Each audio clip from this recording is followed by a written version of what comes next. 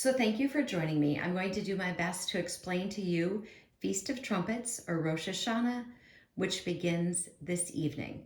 So this is going to be a 2-day celebration for them when we have Feast of Trumpets, but let's talk about Rosh Hashanah. Let's talk about what it is, why it is significant. Jesus was Jewish.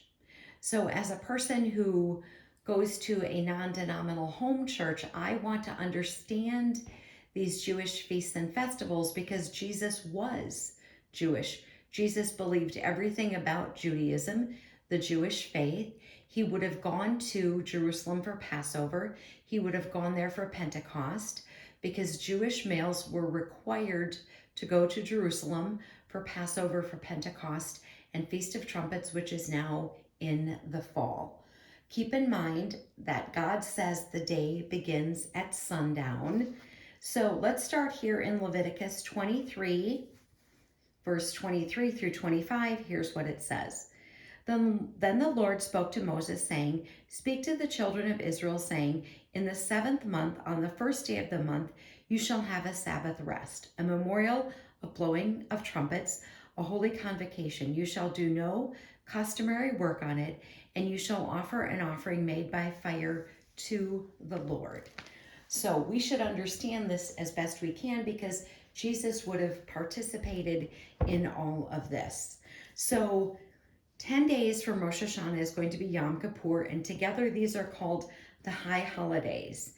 And it has been celebrated as a time for judgment, remembrance, teshuvah, which is the return, repentance, right? And at this time, the people of Jewish faith are going to focus on their relationship with God, which we all should be doing. Now, that passage in Leviticus mentioned the 7th month because there is, and we've talked about this before, but there's a civil calendar and a sacred calendar. And so we've talked about in the past, we're not going to talk about that today, but keep that in mind, just as like you have a school year and a new year in the United States. They're not the same. So they have this time of self-exploration to examine their life, work toward making changes. Shouldn't we all do that? And this important aspect is this time of repentance, renewal, returning back to the Lord. So how do they celebrate it? Well, it falls on a new moon, and it's a Jewish holiday that lasts 2 days in and outside of Israel. And the shofar is blown more than once, traditionally 100 times, believe it or not. And when they are in synagogue at this time, during the high holidays, remember Rosh Hashanah, Yom Kippur, they have a special prayer book that they use and additional prayers and things that focus on themselves because we're looking to see what we need to change, what we need to do better, repentance for things, maybe recognizing sin in your life, lies that you've told, etc. And they have some additional Bible verses as well.